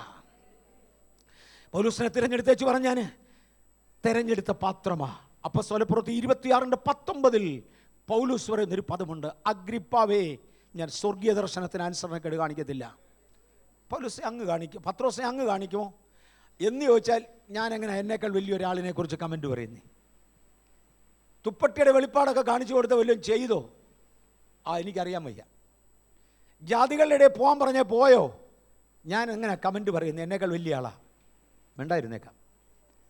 പക്ഷെ പൗലോസിനെ വിളിച്ചേച്ച് പറഞ്ഞു, ഞാൻ നിന്നെ തിരഞ്ഞെടുത്തിരിക്കുന്നത് ഇതിന് തന്നെയാണ്. അഗ്രിപ്പാവിൻ്റെ മുമ്പിൽ ചെന്നുകൊണ്ട് പൗലോസ് പറയുക, ഈ ഭൂമിയിൽ നിന്നേക്കാൾ കൂടി ഒരു അതോറിറ്റി ഇല്ല, പക്ഷെ അഗ്രിപ്പാവേ ഞാൻ നിന്നെപ്പോലാകാൻ ആഗ്രഹിക്കുന്നില്ല, ഈ ചങ്ങല ഒഴികെ സകലതിലും നീ എന്നെപ്പോലാകണം. കിട്ടുന്നുണ്ടല്ലേ? ഞാൻ എന്നേക്കാൾ 100 രൂപ ശമ്പളം കൂടുതലുള്ളതിനെ കണ്ടാൽ, എന്നേക്കാൾ 2 അക്ഷരം പേരിൻ്റെ വലത്തുവശത്ത് ടെയിലി വെക്കാനുള്ളതിനെ കണ്ടാൽ എൻ്റെ എല്ലാം മറന്ന് ചാമം പറയുന്ന പോലെ അങ്ങ് പോയിക്കൊള്ളുക. പൗലോസേ അങ്ങക്ക് എന്ത് പറയാനുണ്ട്? അഗ്രിപ്പാവേ ഞാൻ സ്വർഗീയ ദർശനത്തിന് അനുസരണക്കേട് കാണിക്കുകയില്ല, ഞാൻ നിന്നെപ്പോലെ ആകത്തില്ല, നീ എന്നെപ്പോലെ ആയി വാ. എൻ്റെ ആശ നീ എന്നെപ്പോലെ ആകാനാ, ഞാൻ അനുസരണക്കേട് കാണിക്കത്തില്ല, ഞാൻ സ്വർഗീയ ദർശനം പിടിച്ചു നിൽക്കും. അബ്രഹാമിൻ്റെ അനുഗ്രഹം ജാതികൾക്ക് വരേണ്ടതിന് അബ്രഹാം അനുസരിച്ചതുപോലെ, പൗലോസ് അനുസരിച്ചതുപോലെ അനുസരിക്കാൻ തയ്യാറാകുക ദൈവ പൈതലേ. ഇന്നൊരു വ്യത്യാസത്തോടെ മടങ്ങും. കണ്ണുകളടയ്ക്കാം, നമുക്കൊന്ന് പ്രാർത്ഥിക്കാം. ഞാൻ ആഗ്രഹിച്ചു വന്ന മെസ്സേജിൻ്റെ എക്സാക്ട്ലി 1/3 വരെ ഞാൻ എത്തിയിട്ടുള്ളൂ. അടുത്ത ആഴ്ചകളിൽ പരിശുദ്ധാത്മാവ് തരുമ്പോൾ അതിനപ്പുറത്തോട്ട് പറയാം. എല്ലാ കണ്ണുകളും ഒന്ന് അടഞ്ഞിരിക്കട്ടെ. വീണ്ടും ദൈവാത്മാവ് എന്നെ 19-ാം തീയതി എന്ന് തന്നെ എഴുതി കാണിക്കുന്നു. അത് ഇന്നാ. കഴിഞ്ഞ രാത്രിയിൽ ഞാൻ പറഞ്ഞില്ല, 6-7 വർഷങ്ങൾക്ക് ശേഷം ഹയർ ആൾട്ടിറ്റ്യൂഡിൽ പണ്ടൊരു കാലത്ത് ഞാൻ അനുഭവിച്ചുകൊണ്ടിരുന്ന ദൈവസാന്നിധ്യം ഈ കഴിഞ്ഞ രാത്രി വീണ്ടും ഞാൻ അനുഭവിച്ചു. ഞാൻ ദൈവത്തോട് ഇന്നത്തേക്കൊരു ദൂത് ചോദിച്ചുകൊണ്ടിരിക്കുമ്പോഴാണ് അങ്ങനെ ഒരു അനുഭവം ദൈവം എനിക്ക് തന്നത്. അവിടെ തന്നെ ഇരുന്ന് ഞാൻ കുറേയൊക്കെ സ്ക്രിപ്റ്റ് ചെയ്ത് എഴുതി. തുടർന്ന് ഇന്ന് രാവിലെ ലഭിച്ച ചില മിനിറ്റുകൾ കൊണ്ട് ബാക്കിയും കൂടെ ഒന്ന് പ്രിപ്പയർ ചെയ്യുവാൻ ദൈവം തന്ന കൃപയ്ക്കായി സ്തോത്രം. ആ ടോട്ടൽ ദൂതിൻ്റെ 1/3 പോലും ആയിട്ടില്ല.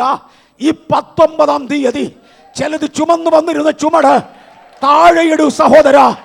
ഇതൊരു ദൈവിക കാഹളമായി അംഗീകരിക്കൂ. ആ ചുമട് താഴെയിടൂ. ഞാൻ ഒരാളല്ല, മാത്രമല്ല, ഞാൻ ജയാളിയാ. എന്നെ ശക്തനാക്കുന്നവൻ മുഖാന്തിരം ഞാൻ സകലത്തിന് മതിയാകുന്നു. എനിക്കെതിരെ നിന്ന ശക്തിയെ, ശത്രുവേ, നീ തകർന്നു പോയി. നിന്നേക്കാൾ വലിയവൻ, നിന്നേക്കാൾ ഉന്നതൻ എന്നെ ദൈവിക പ്രതിനിധിയാക്കി. സൈദപ്രഭു റബാസി ഹാൽഡെ മന്ദസിയാര ലെമനി മാസിയ. ചില നരമ്പുകൾ വലിഞ്ഞു വരുന്ന രോഗികൾ, ഒത്തിരി പഴകിയതാകാം, 50 വട്ടം പ്രാർത്ഥിച്ചിട്ട് ഒക്കാതെ പോയതാകാം. ചില നരമ്പുകൾ വലിഞ്ഞു വരുന്ന രോഗികൾ, പെടലിയുടെ നരമ്പുകൾ എഴുന്നേറ്റ് വരുന്നത് പോലെ, മിനഹി ശാന്തിയ ജൽ ഹസിയാര, പെടലി നരമ്പുകൾ എഴുന്നേറ്റ് വരുന്നത് പോലെ, ഒരു ബാധ പോലെ അനുഭവിക്കുന്ന ചിലർ യേശുവിന്റെ നാമത്തിൽ സൗഖ്യമാക.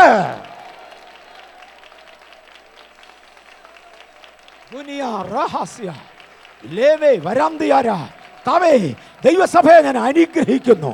ഇതിലെ പിതാക്കന്മാരെ ഞാൻ അനുഗ്രഹിക്കുന്നു. ഇതിലെ മാതാക്കളെ ഞാൻ അനുഗ്രഹിക്കുന്നു. ഇതിലെ കുഞ്ഞുങ്ങളെ ഞാൻ അനുഗ്രഹിക്കുന്നു. ഒരു ദൈവശക്തിയുടെ പകർച്ച ഇന്ന് ഇവരുടെ മേൽ പകരട്ടെ. ആ ദൈവിക പകർച്ചയ്ക്ക് വേണ്ടി ഞാൻ ഇവരെ ഏൽപ്പിക്കുന്നു. ഇന്ന് പകൽ ചില രോഗികൾ സൗഖ്യമാകട്ടെ, ചില വിടുതലുകൾ വ്യാപരിക്കട്ടെ. അവിടെ ഇവിടെ പുകയുന്ന ചില പുകകൾ കാണാം. ആഭിചാര ശക്തികൾ പലപ്പോഴും അങ്ങനെയാണ് കാണാറുള്ളത്. ഇന്ന് പകൽ യേശുവിൻ്റെ നാമത്തിൽ നിന്നെ ഊതി കത്തിക്കാനല്ല, വെള്ളമൊഴിച്ച് കെടുത്തുന്നത് പോലെ എന്നേക്കുമായി ഇല്ലായ്മ ചെയ്യുവാൻ, എന്നേക്കുമായി ഇല്ലായ്മ ചെയ്യുവാൻ നിന്നെ ശൂന്യമാക്കാൻ വരികയാ. ഒരു എക്സോസ്റ്റ് വെച്ച് പുകയടിച്ചു കളയാനല്ല, നിന്റെ സോഴ്സ്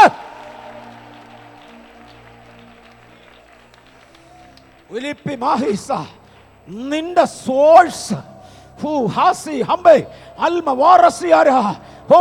കർത്താവേ, അങ്ങ് സെലസ് ഗോഡാകയാൽ, അങ്ങ് തീവ്രതയുള്ള ദൈവമാകയാൽ, അങ്ങ് തീഷ്ണതയുള്ളവനാകയാൽ, ആ തീഷ്ണതയ്ക്കൊത്തവണ്ണം ഈ ശക്തികളെ നിർമൂലമാക്കുവാൻ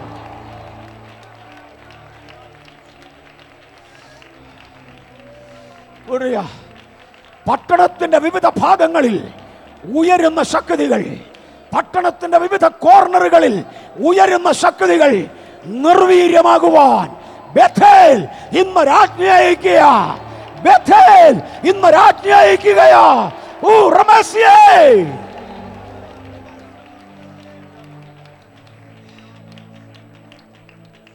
എന്നോടാണ് ദൈവം ഇടപെടുന്നതെന്ന് മനസ്സിലാകുന്നവർ, മെസ്സേജ് കഴിഞ്ഞു, ഉച്ചര നേരം പ്രാർത്ഥിക്കുന്നതേ ഉള്ളൂ.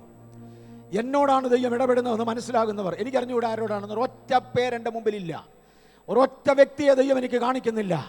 ഒരുപക്ഷെ ഒന്നോ രണ്ടോ വ്യക്തികളോടല്ല. അതുകൊണ്ടാ ഇന്ന് പകൽ എന്നോടാ ദൈവം ഈ ഇടപെടുന്നതെന്ന് മനസ്സിലാകുന്നവർ, ഉറപ്പുള്ളവർ മാത്രം. തോന്നലും കൊണ്ട് എഴുന്നേക്കരുത്, ചുമ്മാ നമ്മുടെ സാക്ഷ്യം പോവും. തോന്നലും കൊണ്ട് എഴുന്നേക്കരുത്. എന്നോടാണ് ദൈവം ഇടപെടുന്നതെന്ന് ഉറപ്പുള്ളവർ ആ ഇരിക്കുന്നിടത്ത് എഴുന്നേറ്റോ. മീഡിയകളുടെ മുമ്പിൽ ഞങ്ങളെ ശ്രദ്ധിക്കുന്നവർ ഹാർവസ്റ്റ് പോയി കാണണം. ഇതര മീഡിയകളുടെ മുമ്പിൽ ഞങ്ങളെ ശ്രദ്ധിക്കുന്നവർ ആ ഇടങ്ങളിൽ എഴുന്നേറ്റ് നിന്നു. നിങ്ങളുടെ കമ്പ്യൂട്ടറിന്റെ സ്ക്രീനിലേക്ക് ഒരു കൈ തൊട്ടു.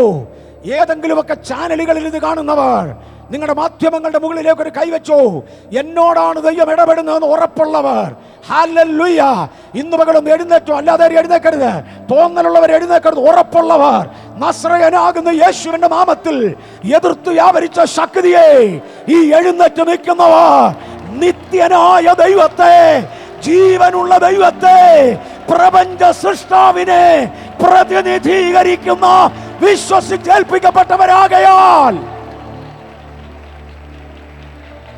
ഇന്ന് പകൽ ഞാൻ യേശുവിന്റെ നാമത്തിൽ അവരുകളോ ഈ ശക്തികളോട് കൽപ്പിക്കുന്നു, ഇവരെ വിട്ടുമാറ്.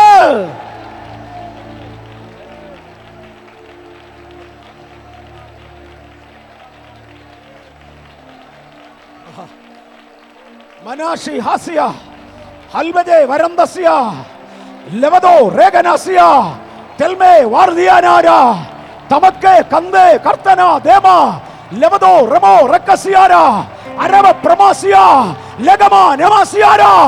ജൂലൈ 19 യേശുവിൻ നാമത്തിൽ വേറൊരു അധ്യായമാകട്ടെ. Something is happening. ഏതാണ്ട് സംഭവിക്കുക. അദൃശ്യ മണ്ഡലങ്ങളിൽ, ഉയരങ്ങളിൽ ചിലത് സംഭവിക്കുക.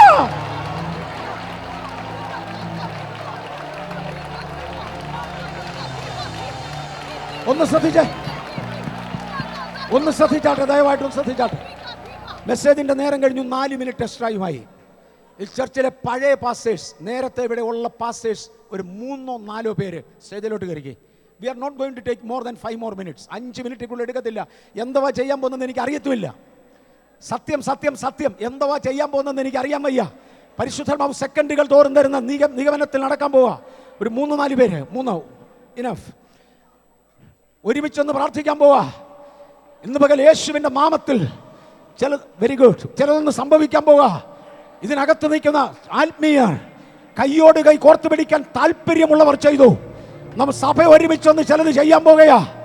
ഞങ്ങൾ ഒരുമിച്ച് ഒന്നുകൂടെ പ്രാർത്ഥിച്ച ശേഷം ഒരു പാട്ടുപാടി ഒന്ന് ആരാധിക്കാൻ പോകാം. സ്തോത്ര കാഴ്ചയുടെ പാട്ടല്ല, അത് പിന്നെ പാടാം. ഇതൊരു വിടുതലിന്റെ പാട്ടാ. ഇത് ജൂലൈ 19 പാട്ടാ. ഒരു ദൈവിക വിമോചനത്തിന്റെ പാട്ടാ. ഞങ്ങളോട് കൂടെ അറ്റൻഡ് ചെയ്യുന്ന ബെഥലൈറ്റ്സ് ഇന്നൊരു ദൈവിക വിടുതല് രാജ്യങ്ങളിൽ നിന്ന് രാജ്യങ്ങളിലേക്ക് അന്യോന്യം പകർച്ച കൊടുത്തയക്കുന്ന ആത്മാവിന്റെ പകർച്ച.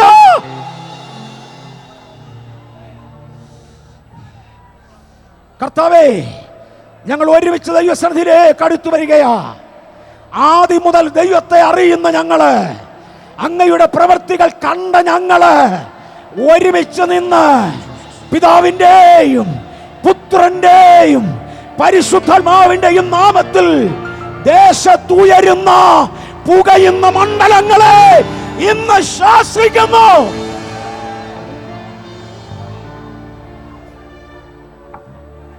ഹല്ലേലൂയ. ഞങ്ങൾ അങ്ങയുടെ സാന്നിധ്യം കണ്ടവരാ കർത്താവേ, അങ്ങയുടെ പ്രവൃത്തി കണ്ടവരാ കർത്താവേ. അങ്ങയുടെ കൈ കുറുകിയിട്ടില്ല, അങ്ങയുടെ കണ്ണു വാങ്ങിയിട്ടില്ല, അങ്ങയുടെ ബലം കുറഞ്ഞില്ല.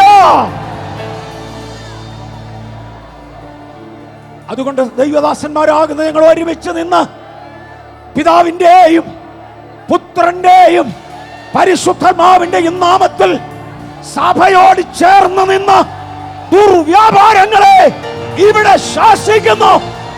രോഗികൾ സൗഖ്യമാകാം. ചുമ്മാതെ എന്റെ ആരോഗ്യം കുറഞ്ഞു പോകുക, ക്ഷീണം വരിക, അത് പഴയ കഥയാ. 19-ാം തീയതി കഥ തിരുത്തുക. എന്റെ ശരീരത്തിന്റെ ആരോഗ്യം വെറുതെ പോകുക, ക്ഷീണം കൊണ്ട് എഴുന്നേക്കാൻ വയ്യ. ഇന്ന് പകലൊരു പുതിയ ആരോഗ്യം, ഇന്ന് പകലൊരു പുതിയ ദൈവകൃപ. എന്റെ പണമെല്ലാം ചോർന്നു പോകുകയാ, കഴിഞ്ഞു. ഇന്നത് മടങ്ങി വരാം, ഇന്നത് മടങ്ങി വരാം. എന്റെ ഓർമ്മശക്തി പോയി, മടങ്ങി വരിക. സ്റ്റുഡന്റ് കമ്മ്യൂണിറ്റി ഉന്നതമായ മാർക്ക്, സ്റ്റുഡന്റ് കമ്മ്യൂണിറ്റി ഉന്നതമായ മാർക്ക്. ഹല്ലേലൂയ. ബിസിനസ് കമ്മ്യൂണിറ്റി ഉന്നതമായ ഉയർച്ച. ആത്മലോകമേ ഉന്നതമായ ആത്മനിലവാരം. ഈ പകൽ വീണ്ടും ഞങ്ങളുടെ നടുവിൽ മടങ്ങി വരുവാൻ കർത്താവേ, ഞങ്ങൾ വാതിലുകളെ തുറക്കുന്നു, ഞങ്ങൾ വാതിലുകളെ തുറക്കുന്നു, ഞങ്ങൾ വാതിലുകളെ തുറക്കുന്നു.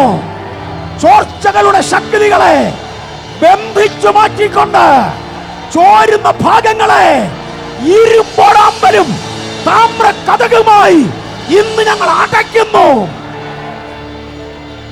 അടയട്ടെ. ആരും അടയ്ക്കാതെ വണ്ണം തുറക്കുകയും ആരും തുറക്കാതെ വണ്ണം അടയ്ക്കുകയും ചെയ്യുവാൻ ദാവീദിന്റെ താക്കോലുള്ളവനെ, ഈ ജനത്തിന് വേണ്ടി അനുഗ്രഹ കവാടം തുറക്കണേ. അത് യേശുവിന്റെ നാമത്തിൽ തന്നെ.